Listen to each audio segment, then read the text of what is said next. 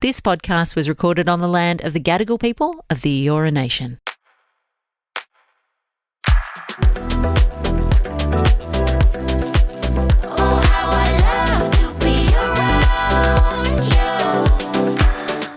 Hello, guys. Hey, wait, what? Sorry, that was so dull. Yeah, I was just trying to shift the tone a little bit. Why? I don't know, just mix it up. So depresso. Oh, sorry. Hey, guys. Hey.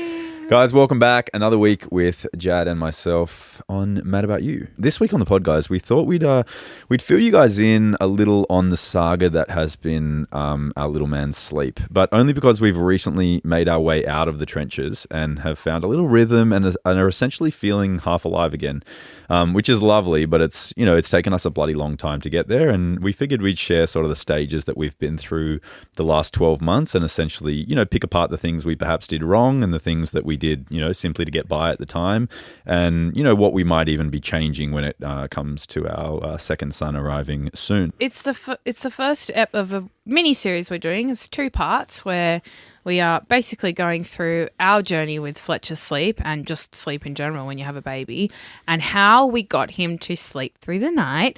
And then we are going to have a guest on our next episode who is going to tell you guys basically a bit of information about how you can help with your baby's kind of sleep issues, and then a little bit more about how she helped us. And then obviously at the end of the episode, we have an Ask Mum and Dad this week from a girl wondering if her partner has cheated without being physical. I reckon yes. I haven't heard it, but I reckon yes. Hold your horses, mate. Just let us get into it. So recently I posted a video I posted a story first about the fact that Fletcher was sleeping through the night and he goes down without a peep now, which is just a monumental change from what we had been dealing with prior, literally just 2 weeks prior, which was Fletch waking up to holy swishy jacket. You cannot move this whole pod. Sorry. Which was Fletch waking up to 12 times a night, us needing to resettle him with hands-on settling methods like bouncing or padding or rocking, singing, shushing for sometimes up to 45 minutes. Needing to feed, cluster feeding overnight. It was like every possible bad thing you can imagine. Bad way to get a baby back to sleep. And by bad, I mean hands-on settling is really exhausting if you're doing it up to 12 times a night. So we were in basically a really, really bad place. We have engaged in a service where it's basically sleep training, and we'll get into all of that in the next episode. But basically, Fletcher learnt to sleep overnight, through the night. He just goes to sleep. You put him in the crib now and he goes to sleep. He stays laying down. He doesn't make a peep. And for example, last night he slept from 6:30 p.m. to 7 a.m. just without a single wake. So we have made leaps and bounds to a place where we felt wasn't even possible. We were expecting on a good night that we would have like 3 wakes maybe, and that's what we were really hoping and looking forward to. And here we are with a baby who sleeps through the night. So I shared a bit of that experience online because I know how awful it can be to be in that position where you're really struggling and you feel like you're not making progress. You feel like you've tried everything under the sun to try to get your baby to sleep and not feel like you're getting anywhere. So I obviously wanted to share a bit about that and talk about our experience to maybe help other people who are in the same boat. And I just want to address quickly, I don't like spending a lot of time talking about negative things because I feel like it just gives like power to the things that you don't want to bring attention to. But I just need to address this ever so slightly. There was a lot of judgment around what I had shared, especially regarding sleep training. Just people sharing very kind of judgmental opinions or questions about how we had gotten to a point where we had decided to sleep train, because I have in the past been open about not feeling comfortable doing it. And then obviously we got to a point where we were like, we need to do something. This is kind of like our last resort. We need to make this change. We were both we had hit rock bottom. We were really struggling. I was crying every night. I felt like I was having mental breakdowns every single day.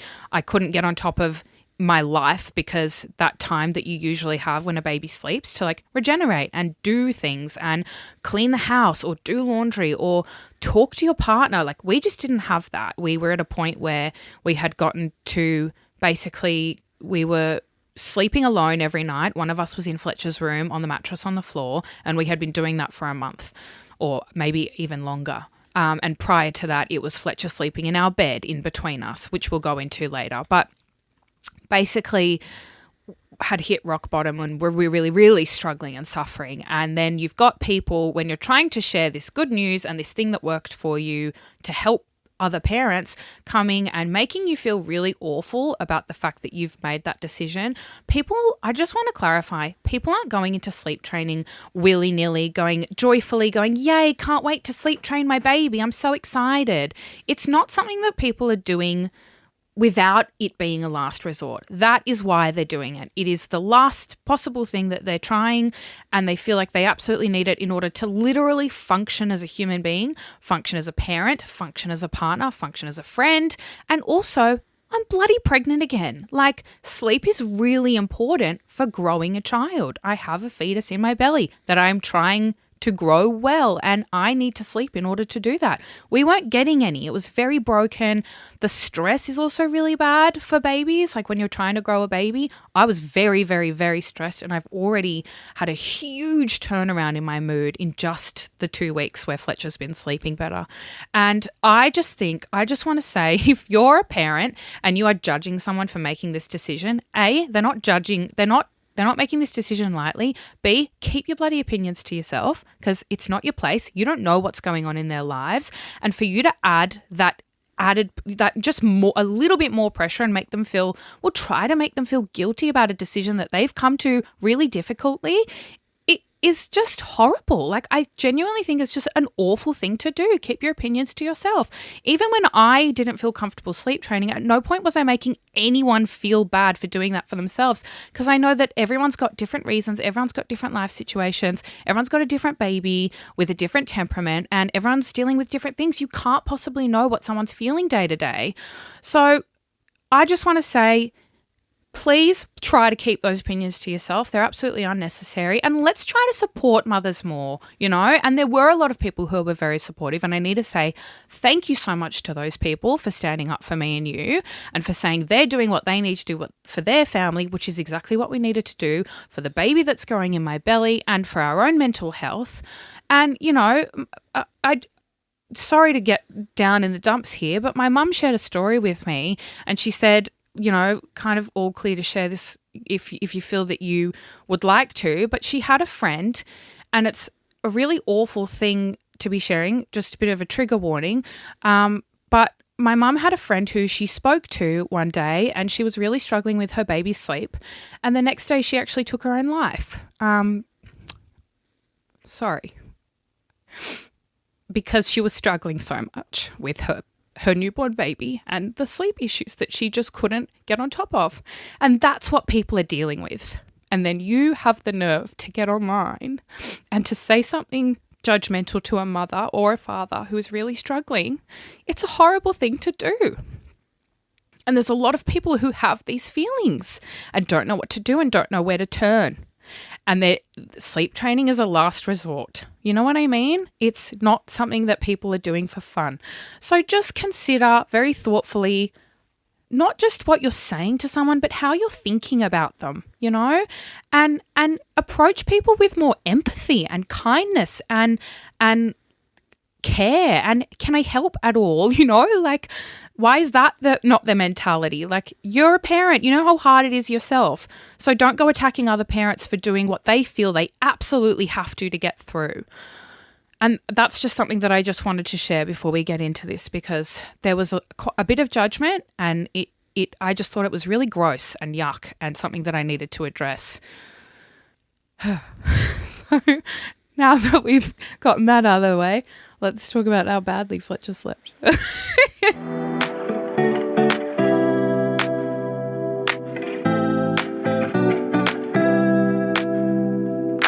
That being said, I couldn't agree more. And I think just a nice way of looking at that is that you is that when you do feel like judgment is coming up, or you feel like you don't agree with what someone's doing or how they react in a scenario, or, if someone cuts you off in traffic or is speeding next to you, like the small things, I think just a little reminder that you never know what someone's going through. You never know what they're in a rush to get to, or, what their day's brought them. So just to, as Jad said, act with a little bit more empathy and kindness towards people. And perhaps the internet would be even a little bit of a nicer place for people to spend time.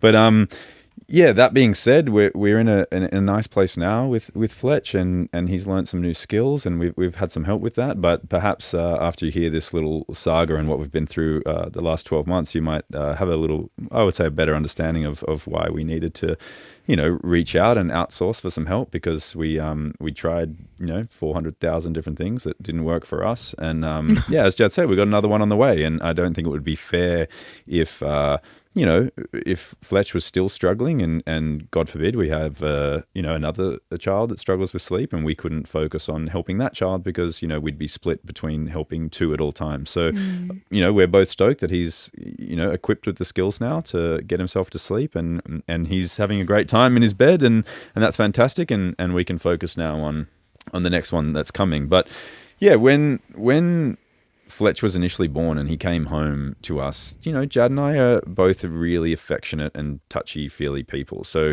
holding your baby and having that nice, there is no better feeling than having a little one asleep in your arms. It's beautiful, and he would often fall asleep breastfeeding with Jad, or to give her a break, I would let him I would love having a little snuggle with him and having a little sleep. And sometimes that would be, a couple hours at a time. And that was like a beautiful first stage of, bring them home. And I would also say that at that early stage, they almost just sleep all the time. They wake up, have a little bit of milk, have a feed, and they go back to sleep. So if you put them in a visitor's arms, even, like if parents or friends came around, they'd be having a cuddle and the baby would fall asleep in their arms. Fletcher was cluster feeding.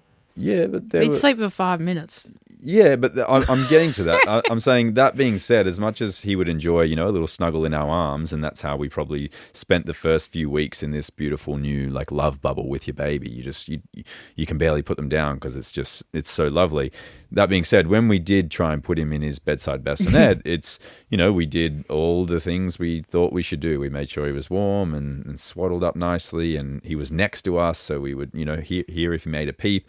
And the guy would sleep for, I would say, literally 3 to 5 minutes. And then as soon as he would stir or realize and recognize that he wasn't with one of us, he would wake up and cry. And it wasn't a matter of us going, leaning over to the crib and going it's all right, buddy, shushing him and putting our hands on him and reassuring him. He would escalate and he would start wailing. And the only thing that would stop him was us picking him back up, giving him a little snuggle, making him feel comfortable.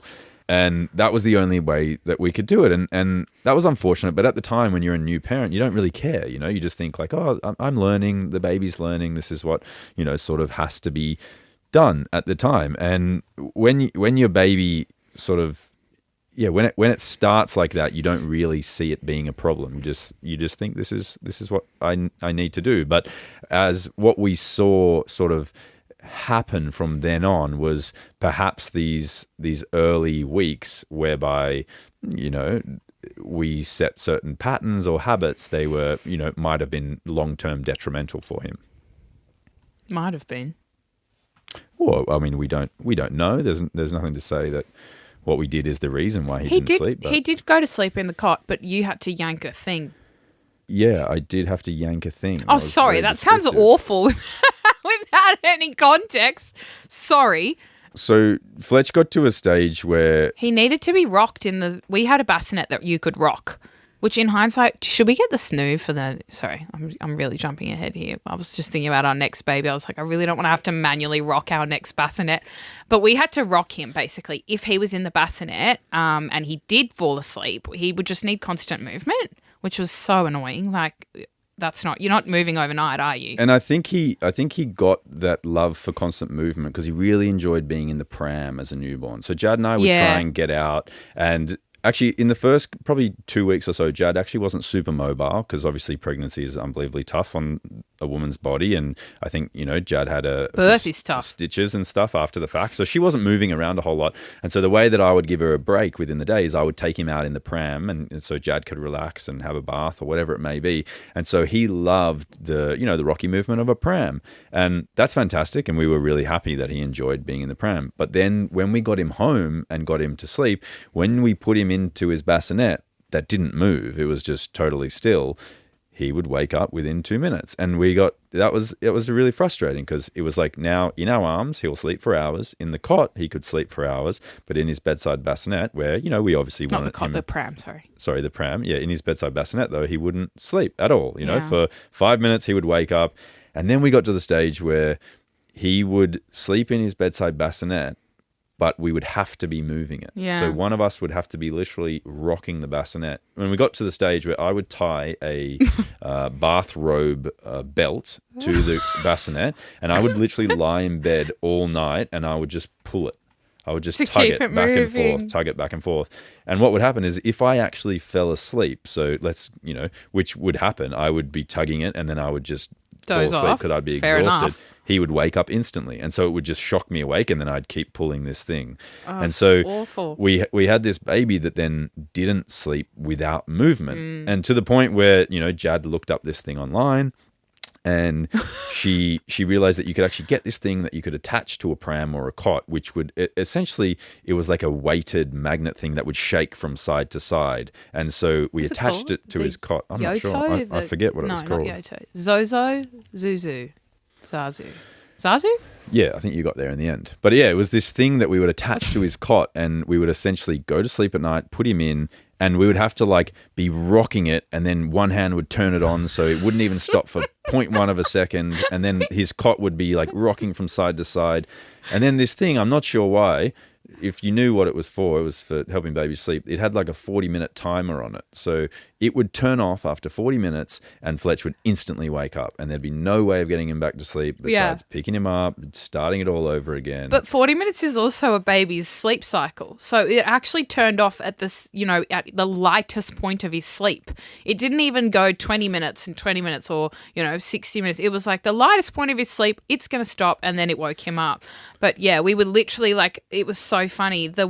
I wish we had video footage of us putting him down when he was this young. But we would strategically rock the bassinet, not back and front, with the motion of the kind of ridging that it was designed to rock on, but the other way, because that's the way the rocker shook. Yeah, he was even specific bassinet. with how he liked to move. We were jiggling the bassinet the wrong way so it matched the rhythm of the zazu or whatever it was, and then we'd put him in and just hold our breath and pray that he'd go to sleep. It was actually crazy when you look back. I remember there was a song that we'd play, for a little bit. We thought that the song was sending him to sleep because he fell asleep once with it, and then it was no, we have to play this song specifically. We started using our podcasts, and then we thought maybe he'd fall asleep to our voices. We thought maybe he'd listen to our voices and go to sleep, so he'd go to sleep to our podcast on so we could go to sleep. And then I remember waking up in the middle of the night, I'd hear my voice talking. It was just awful. Yeah, so, it got to the point where, because he was sleeping so little in his cot in our bed through the night, and obviously that's tough for Jad, who's breastfeeding already multiple times a day, and she needs to rest, and essentially when he would wake up, it's almost like he would refuse to go back down unless he had more food. But, you probably know that if it's only been 30 minutes since he was eating last, he doesn't actually need the food. He's just, he's using it as a comfort method. He was on my boob for an hour and a half to 2 hours. And everyone I spoke to said, that shouldn't happen. And I was like, well, is he supposed to get off when he's full? And they were all like, yep.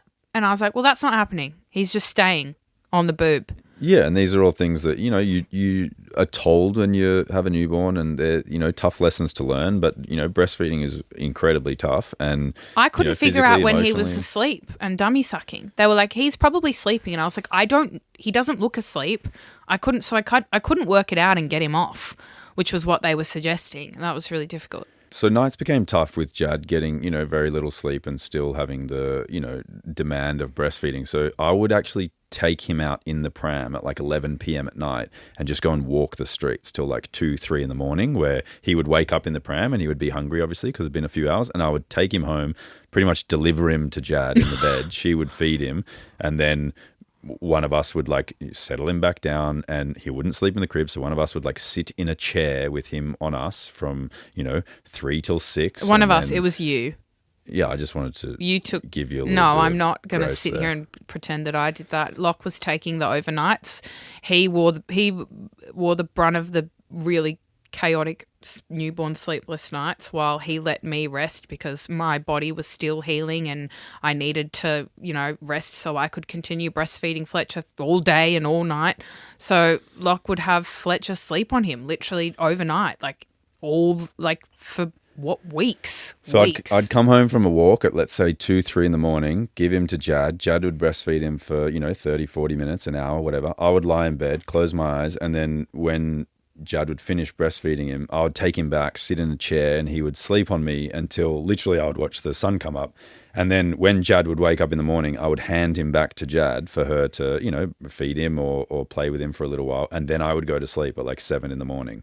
And obviously this is, we're in a bit of a niche scenario where we work from home, we run our own businesses. So we have the luck of our own schedule and we can do those things. But that probably wouldn't be, viable in the slightest for, a parent who had to get up and go to work at 8 a.m. That would literally kill you. So, we were lucky that it was an option for us, and obviously it would have been nice if we didn't have to do it. But that was sort of the nights for us, and that went on for months, because as you'll find out when you have a baby, or those who do, like babies like structure, they like the same thing. So once they get used to something and they like it, it's what they want. So once they enjoy something that you do, and they'll essentially whinge and cry until you give them that thing, and then you'll give them that thing and they'll settle for a period of time, and that becomes like peaceful for you and you think you're doing the right thing. But essentially what you're doing is you're creating these shocking habits, because you don't want to be walking around the streets.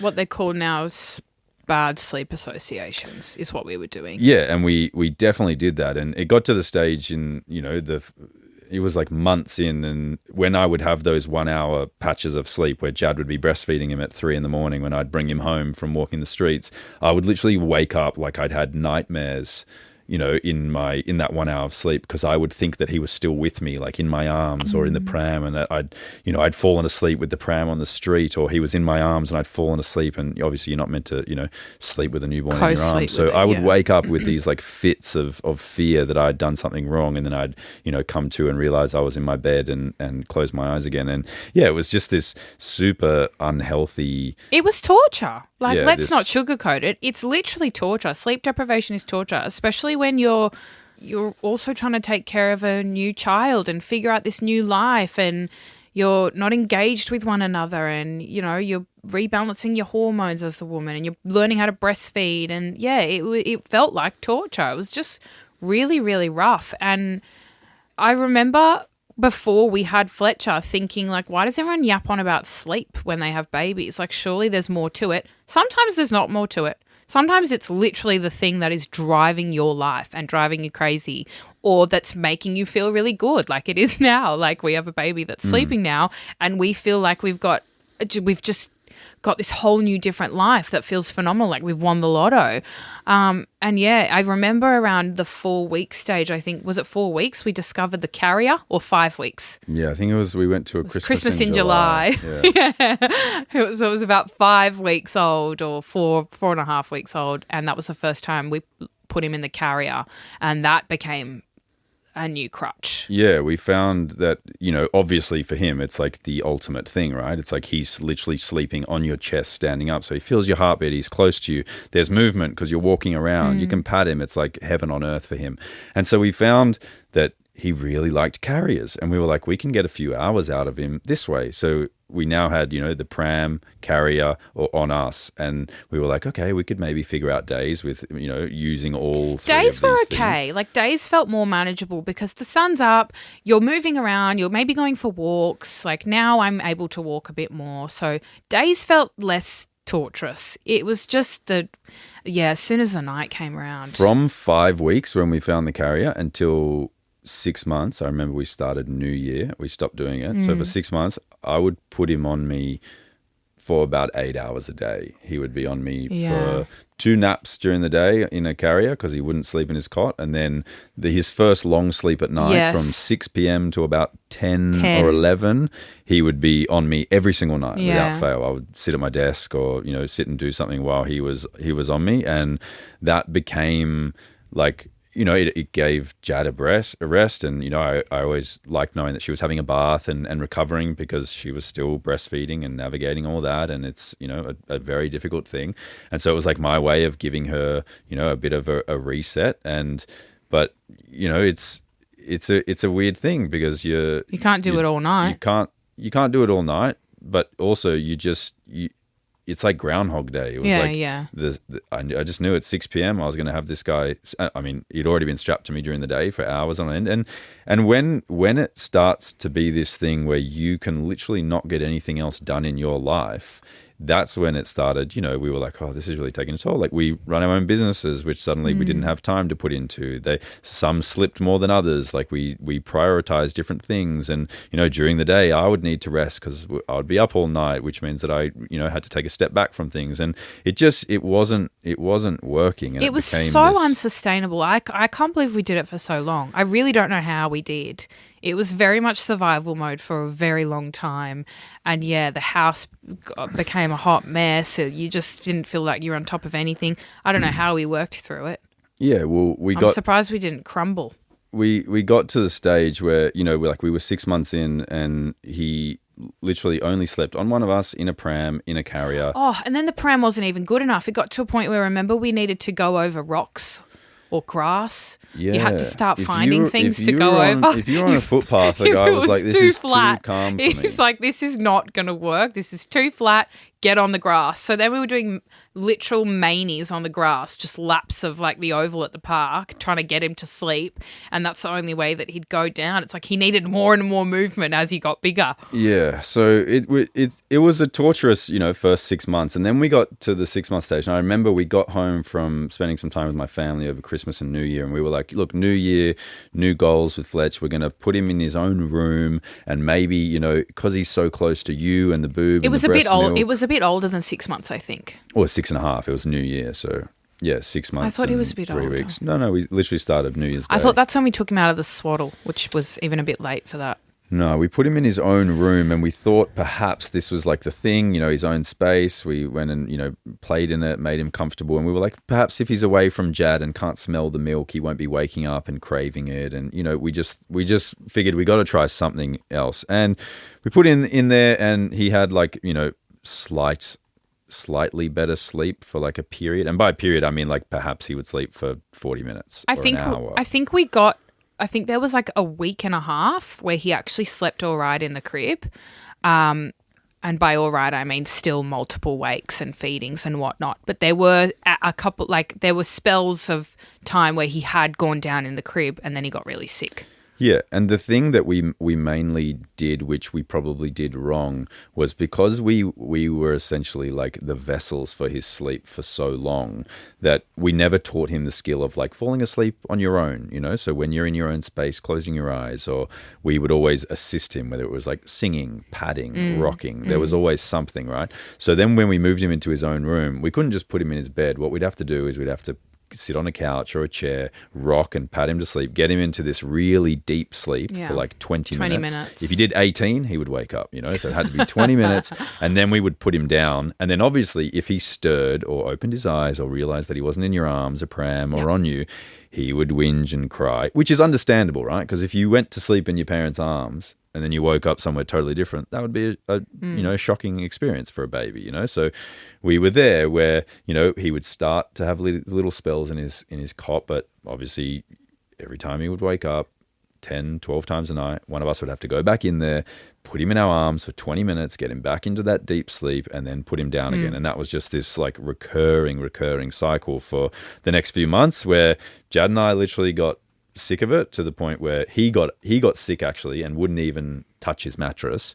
And we were like, look, stuff it. Let's try having him sleep in the bed. And this stage, he was like 7-8 months old. So, he can move around and he can, we were like wrestling and stuff. He was at the stage where, you're not worried about him, being in like a compromising position in the bed. Like we would sleep with the doonas all the way down and he would literally just be lying between us. We were very confident with his ability. In a mattress, he right? He had a lot of control and was able to move things with his hands and stuff. So we were comfortable letting him in the bed next to us. So we invited him into our bed and we were like, if this is the thing that saves us, whatever. Like, whatever gets us back on track, getting a little bit of sleep, be able to, get our lives back on track and act normally. It began the whole cluster feeding overnight. So then because he was so close to boob, he just wanted the boob all night.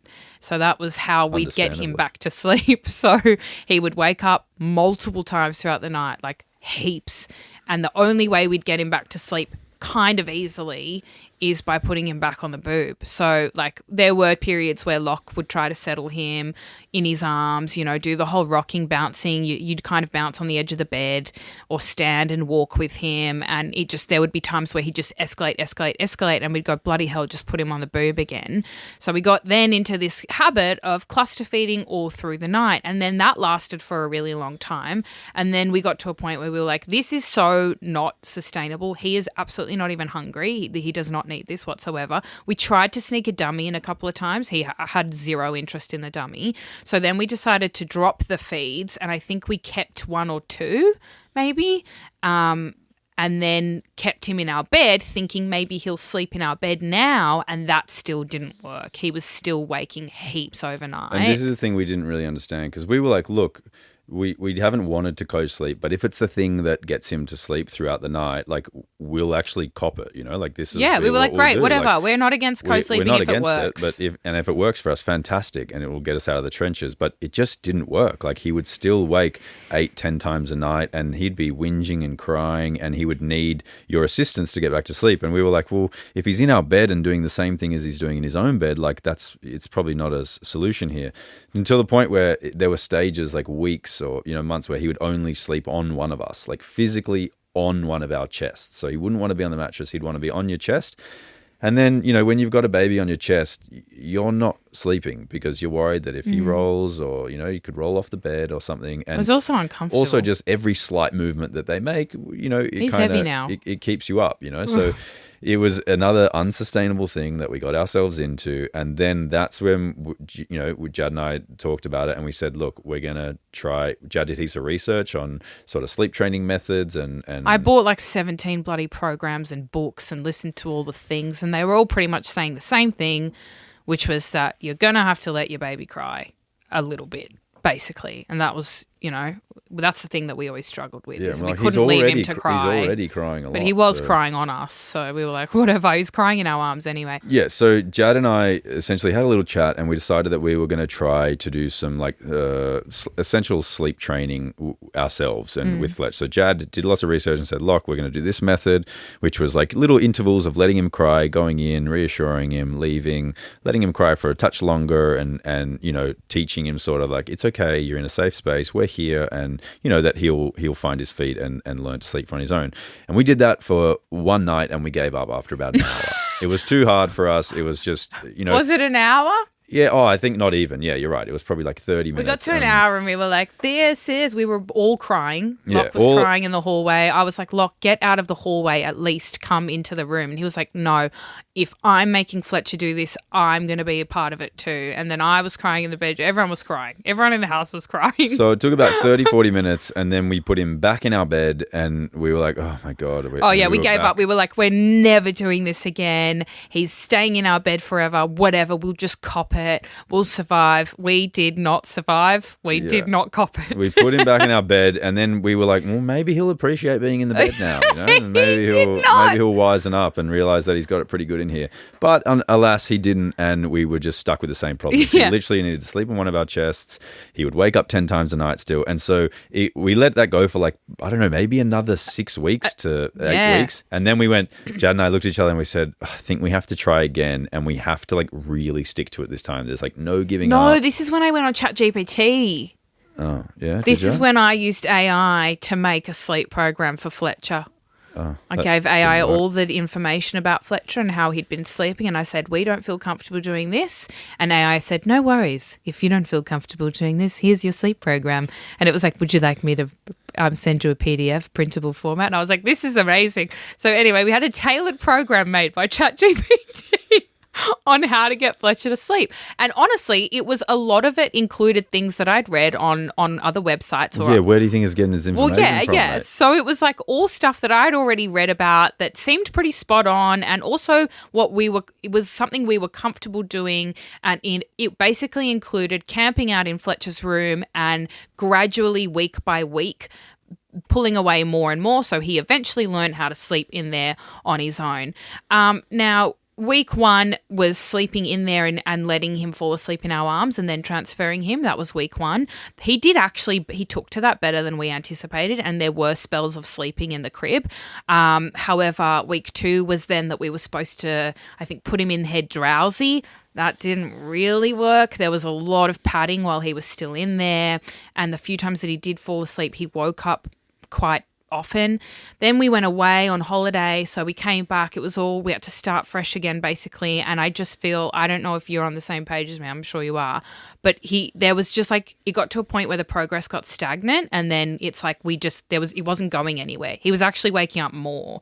Yeah, we were sleeping in his room, one of us every night. So Yes. one was in our bedroom, one was in the room, and it was just the person in his room's responsibility all night the to night. deal with him, Yeah. essentially. And so the other person had a night off. But Yes. that being said, a night off was still, we would go in and look after the other person and bring bottles Bring in and bottles stuff and for have a him. cuddle So and whatever. It's still, yeah, it wasn't, a restful experience. And obviously you're worried and you're still watching on the monitor and You stuff. can still But hear. he would, the reason why we did it is we were like, if we're in his room, when he stirs and is uncomfortable, we can be there within 2 seconds instead of Yes. waking up drowsy from your 20-minute sleep, getting to his room. He might have escalated. So we were like, Yeah. we're going to get there within 2 seconds and just reassure him that we're there. He's fine. And Sorry, we were slaves to this child, truly. that did work. Like we were right next to him for 30 seconds and sometimes you could calm him down, Yeah. but he was still waking 10, 12 Heaps, times a night. just so many wakes and needing hands-on settling and often needing to be pulled out because he wasn't settling and then rocked and bloody shushed. And at this point, my back is breaking. I've uploaded videos of myself trying to put Fletcher in the crib, I used various toys and weights to try to show people how hard it was to get a sleeping baby into the crib. My back was killing me from trying to settle him and rock him in my arms. He's really heavy now. He's like, 13 kilos or something. So I'm doing that all night. Like, I'm not a very strong person. I have not had a single moment to exercise since Fletcher was born, as you can probably tell from this You're looking conversation. great, Bob. Thanks, appreciate it. It was just not, this was now where we had reached a point where I'm in that room it's my on night, of which I didn't even, Locke took some of my on nights because I got to a point where I was like, I can't do this physically. Like, my back's cooked. I literally can't put him down one more time tonight. So he would take over. So Locke was then having double shifts. And then the shifts that I was having, I was sitting in there sobbing, and often sobbing with Fletcher in my arms. And that's not a nice feeling, I have to say, as a parent, to have your child who's then waking up because you're sobbing so bloody loudly with them in your arms is a horrible, awful feeling, and not something I wish upon anyone. And that's when I kind of realized that, hey, this isn't okay. This is really not okay. It's been a year. We've given this kid a good year to learn how to sleep. We've camped in his room for over 4 weeks now. He's still not learning how to sleep. And it just was very much rock bottom. It was like, we cannot continue doing this anymore. It's awful. We're both stressed and anxious and frustrated and snappy, and the lack of sleep and the lack of connection in our relationship, and then the lack of just alone time or being able to regenerate. Everything came to a head. Locke's better than me at handling this kind of stuff, but I could tell that he was still struggling a lot, and he'll never kind of dump onto me when he knows I'm struggling. He will just bear it and suffer in silence, and that's the kind of person he is. But I could still tell that he was really struggling himself, and I was breaking down. I was just having multiple breakdowns. I felt like I was going to literally combust, and we just had to do something. We had to. So that's when we reached out to Sarah at Swoop Baby Co, and she was like an angel sent from heaven and basically changed our lives within a matter of days. And when you go from a year, almost a year of not sleeping, of these torturous nights, of all these different kinds of struggles, of trying your absolute best to help your baby get to sleep, and then within days, of course, those days are very difficult because it's unnatural and it's not the thing that you've been doing at that time, which is letting a baby kind of learn to sleep in their own cot, in their own environment, and cry a bit. Even so, the change that you see within days is like, I actually can't even put it into words. It's like a miracle. It's like the miracle that comes next to childbirth. There's childbirth, and then there's the child learning how to sleep a year later. Like that, it's, that is the second best thing. It's that. And just what she did for us and our family and our mental health and Fletcher's sleep. It's so important for babies to get sleep. Like, it's literally how they grow, how they restore overnight. It's how we do too. But for babies, especially in such a vital age of growing their bodies and their brains, to not be sleeping, to have broken sleep like what he's had. He's had no restorative sleep in his life, I'm convinced. And then to go to that is just...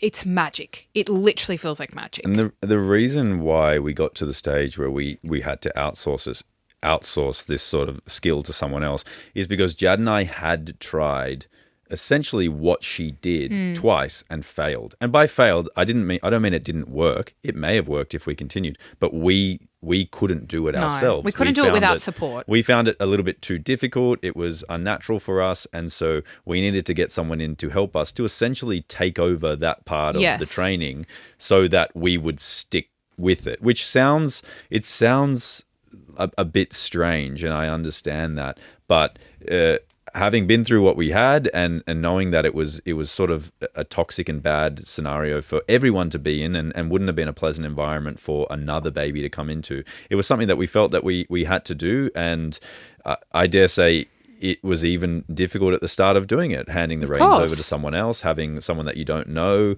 sort of connect and build rapport with your baby so that they can help them with this skill. You feel like a bit of a failure, you're sitting there as the parent to this kid that you think you're doing a good job with, and you're like, this skill I should have been able to nail after a year, and you just haven't. So you invite this person into your house, but you're also kind of like admitting defeat and admitting that you don't know what you're doing, and that's tough in itself, And we just finally got to the stage where it meant more to us to go through those feelings and emotions and help our little man, find his feet with this skill than it did, us being proud and trying to figure it out ourselves. You get to a point where you need to prioritize, and our priority at that point was sleep for everyone in the house. And we knew it was going to be difficult to do, especially at the start, and it absolutely was. And we almost backed out at one point, but Sarah was amazing and just gave us the nudge that we needed and assured us that she was seeing progress. And so it gave us the little nudge that we needed on night 2 to reach night 3, where we then started seeing progress that we couldn't believe, and then night 4 was even more the same. It was like, what do you mean? And then I remember the first night he slept through was only like night 5 or 6. It was something ridiculous. And we just couldn't believe it. Our jaws were open on the floor. We kept checking. I think we were both awake more than he was that night. We both just kept waking up just out of instinct. And we were like, he's just still sleeping. And we got to the morning and he'd slept through, and we were just dumbfounded, and we couldn't believe that it was possible. We couldn't believe that he'd done it, and it absolutely assured us that we had made the right decision for us and our family. And now he sleeps through the night. He went down yesterday, like I said, at 6:30 p.m. and woke up at 7 a.m. this morning. And if you told me 3 weeks ago that would be my life now, there's no way in hell I'd believe you. There's no way in hell I would believe you. And also, when this person, Sarah, came to help us, she sort of tweaks many different aspects of his day, and it essentially his whole routine changed. Essentially tries to fix the things that we had put in place. Not that they were wrong, but just that his patterns of timings were off and not right for his age. And so when you come in and someone helps you fix these things, and then when they're fixed, they start working, it's very reassuring. But then also it feels like you've learnt this new skill set, which now, I don't know about Jad, but I feel a lot more confident setting positive sleep habits early on for our next baby. And I feel like we won't sort of encounter these issues because we'll know what to do. Yes. Whereas our first kid, unfortunately, we were just going in blind, had no idea. We did what we did to get by, to survive, to, have any form of sleep or let the other person rest. Yes. And that's all we knew. And that was unfortunate that we got to the stage where we did. But alas, we're here now. And I feel like we're both sort of equipped now with the skills, and we know, what to do and what's best for a baby moving forward. The one thing we didn't mention that I feel is kind of important to mention is that Fletcher, around the 2.5 month mark, we went for one of his checkups, it was 6 weeks perhaps, and they said that he was actually losing weight. So he was dropping. We were told that he was dropping percentiles basically, and had dropped more than one. So it was then a concern that he wasn't eating enough. So perhaps I wasn't making enough milk, and that would also make sense as to the cluster feeding that I constantly experienced, and him never getting off my boob for literally 2 hours, and me not knowing when to stop feeding him. And just not having a full tummy, therefore not being able to sleep for, long periods of time or to link. So we think he was hungry. And when we introduced formula, we started doing top-ups of not all of his feeds, but 3 a day, three of his feeds a day. We did top-ups. At 3 months. Around at 3 months. And we saw a difference in his sleep immediately. However, it didn't last very long, and he did still need those hands-on settling methods to get back down. And that's why it's like we had already set up those habits for him where he needed to be rocked or shushed or patted or whatever, some kind of movement, to the point where it was already like very much ingrained in what he expected to help him get back to sleep. So although he started eating more, it's now, well, this is how I know to get back to sleep. So that's why we now recognize like the importance of actually how early you need to kind of like let a baby learn to sleep in the cot. And I don't mean like you're not doing bloody cry it out when a baby's 2 weeks old, but I mean maybe we're not going to put the baby on our bodies as much because it's nice and cuddly, So yeah, that's something that I felt that we've got to address, is that it's possible. We don't know, but I'm pretty sure is that he was hungry, and that was affecting the way that he was going down and why he wasn't going down very well in his crib. Yeah, but that's our little, I guess, saga about, our first year of navigating this new thing, which we had no idea about and obviously struggled with and, have spoken about here and there and have been open about. But obviously, Jad explains to you guys through a story or a photo or, a paragraph online, or you guys hear us talk about it for a few minutes on the pod. But, when you're in the thick of it, for 365 days and it's, you're 24 hours a day, there's, I feel like we've barely even scratched the surface of what we actually, went through and endured to, continue living, with, this issue. So, yeah, that's just a little bit about what we went through. And it's one thing to talk about it. It's another thing to live it. You just you cannot imagine it until you're in the thick of it. And when you are, it literally does feel like torture. I'm not exaggerating. It's really, really rough on you mentally and physically. And yeah, like I said, I'm pregnant again. It was just not going to keep happening. It was very unsustainable. We were both very much in a place where we needed something to change, and it did. And honestly, like Space Soothing saved us completely. And Sarah from Sweet Baby saved us completely. And of course, the crying is difficult if you've never kind of done it. If you haven't let your baby cry at all, letting your baby cry a bit is really hard. Let alone, for intervals, and then kind of letting them fall asleep on their own. Even watching him fall asleep on his own, I'm like, oh, I want to cuddle you. Yeah, it's like, that's hard. So of course it's difficult, but what's far more difficult is a year of torture. and I absolutely am now, I was it's not that I was against it, but I always kind of said, like, it's not for me. I can't see myself doing it. And now I guess I would sing its praises from the rooftops, is that if you're in a position that we were in, this thing that we did specifically obviously helped us a lot. Fletcher's shown a huge amount of progress and now goes down without a peep. He just goes down. It's like he's looking forward to sleeping. He almost wriggles to get out of my arms so I can put him down and he can just go to sleep for the night. And it's amazing. It feels so good to know that he's well rested, and so are we. Thank goodness. And when Jad posted about this sort of the other day, there was just an absolute influx of you guys interested about how it all came about, how we finally got it to happen. And, you know, Jad shared that we actually, I guess, outsourced and got some help. And, you know, she sort of named where we got the help from. And there were so many questions and so much just intrigue about the whole thing that actually next week on the pod, we're going to get Sarah to come in. And you guys have sent through, you know, questions which Jad's collected and collated. And we're going to ask her, you know, the most asked questions so you guys get a little more insight. And I think that, you know, children's sleep with young families is just such a hot topic and obviously something that so many, you know, different families experience and on a spectrum of difficulty. But that being said, like, you know, everyone deals with things differently. So, Sarah will be on next week's episode to answer all your questions, which we're excited for you to, get it from the expert, I guess, and not just us sharing our experience with her. But, that's where we're at, guys. We're in a good place with the little man, and we're feeling more ourselves and more alive. And hopefully, it shows, you know, family, friends, work. I hope it starts oozing out of us. So, thanks for being a part of the saga.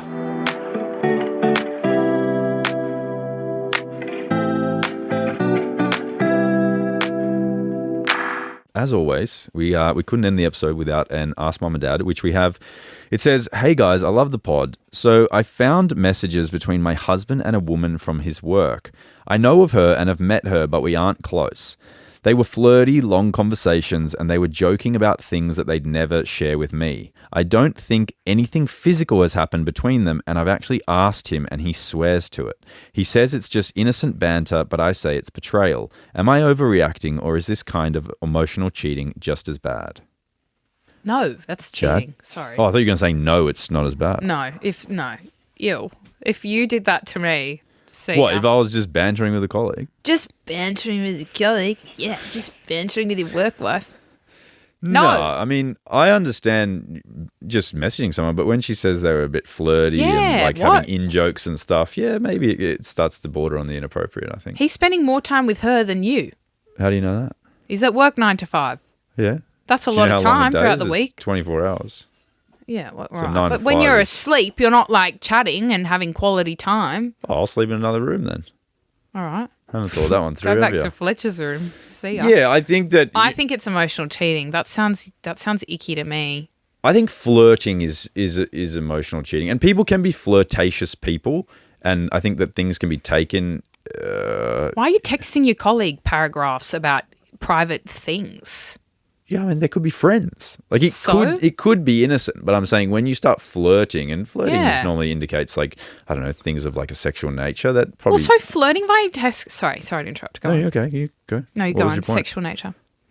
Yeah, I'm just saying that flirting with a colleague, you know, opposite sex, she's met her, it's probably like sexual innuendos, things like that, which is definitely inappropriate, I would say. But I don't think there's anything wrong with like messaging a colleague if it's just like platonic and you're speaking about, you know, a common interest or the sport team that you're both, you know, work sport team you're both on. Oh, come on. What sport team does this woman follow? No, you're both on like a mixed netball. A fantasy football team. Mixed netball team, you go and play at lunchtime together or something. My issue is flirting via text is very intentional. It's not like you're accidentally being flirty in person because you conversate that way. Oh, so you'd rather... I'm saying it's intentional. You're intentionally thinking of a flirty thing to say and flirty emojis. And if you're sending eggplants, see ya.